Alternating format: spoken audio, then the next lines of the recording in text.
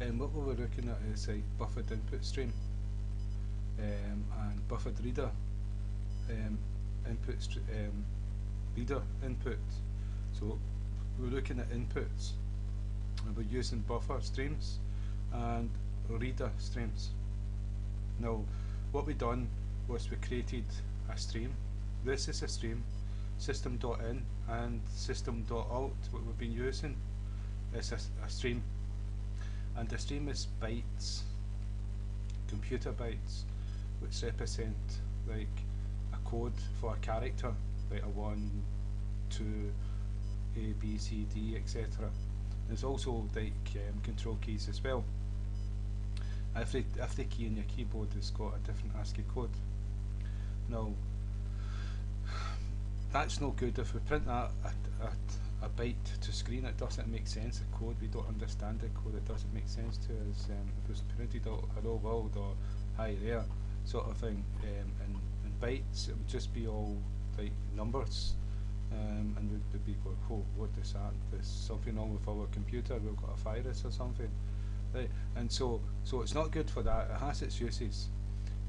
For us to be able to make use of like writing to screen or files and things like that, we would use the reader rather than a stream. Now, and the writer to write to a file. So what we've done is we created a reader. So it's like you can see the difference: buffered input stream and buffered reader stream. Now a stream and a reader are two different things. So there's an extra class inside the reader because we need to convert a stream to a reader, and this class in between is doing that. That's why we've got this extra class here. And so we've got this stream, we've passed system in, which is a stream, we've wrapped it around this class input stream reader, and it's converted it into a reader. Now we've passed it to the buffered reader and we're ready to use it as characters rather than bytes. And so you've got these two here, and we use these to print things out of the screen. And integer, we passed it as an integer. This was a string and we passed it as an integer, and then we printed out integer, and because it was no longer a string we could do maths with it, so we added 22 to prove it, and we printed this out here. Right, what we're going to show now is we're going to show the System.out. Now we've been using it all along, we've used it here, System.out, and we passed an argument to it.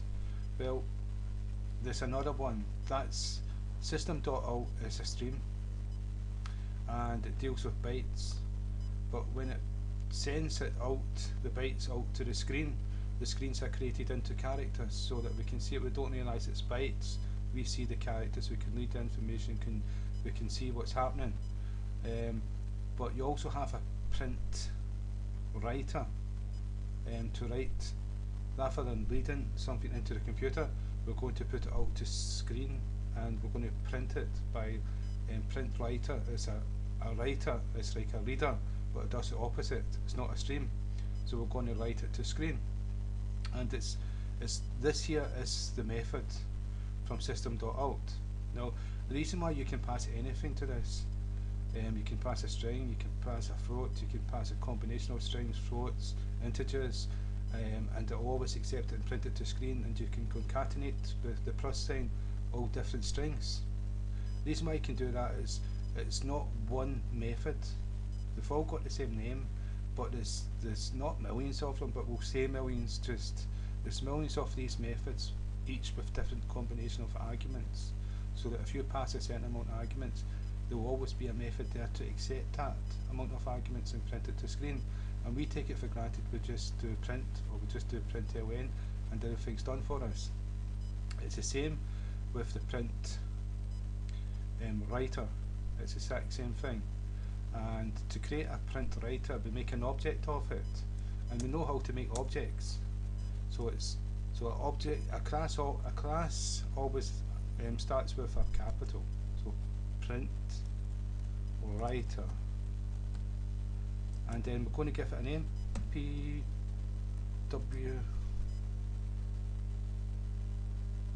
right, and equal, and we could call it what we want. New, because we're creating an object, and we know the script here is that we're going to do the constructor for PrintWriter class, and then it's just the brackets and semicolon. Oh, didn't spell that right. Then PrintWriter, and inside it's PrintWriter. Right, but inside here, what we're going to put, what we put inside here was System.in. Well, we're going to do the same with the System.out.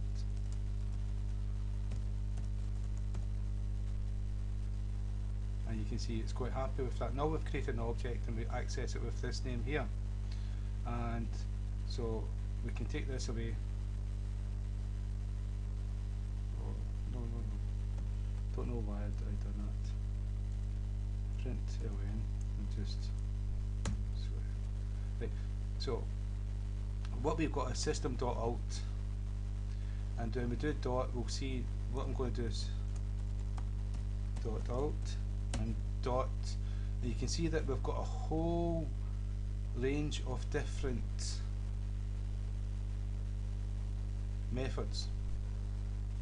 And if we go down to print, we can see we've got many different prints: long, float, double, array of characters, boolean, there'll be integers, there'll be objects, there'll be strings, whole combinations. And then from print we've got like println, and what I'm going to take that away, and I've shown you that we've got the exact same thing for PrintWriter, exact same methods, maybe one or two more, one or two less, slightly different, I don't know, but you can see we've got the exact sameness of println,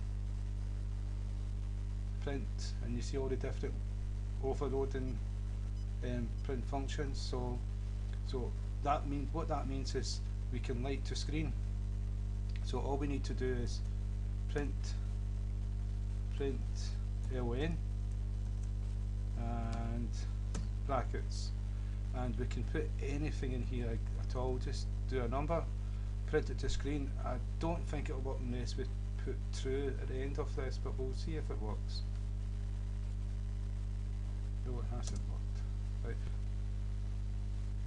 Right. Well, it hasn't worked because there's also another argument here, true, right, and that's so it goes to screen. I'm not too sure exactly why, but if I run the program it should work. Now you've got all the twos,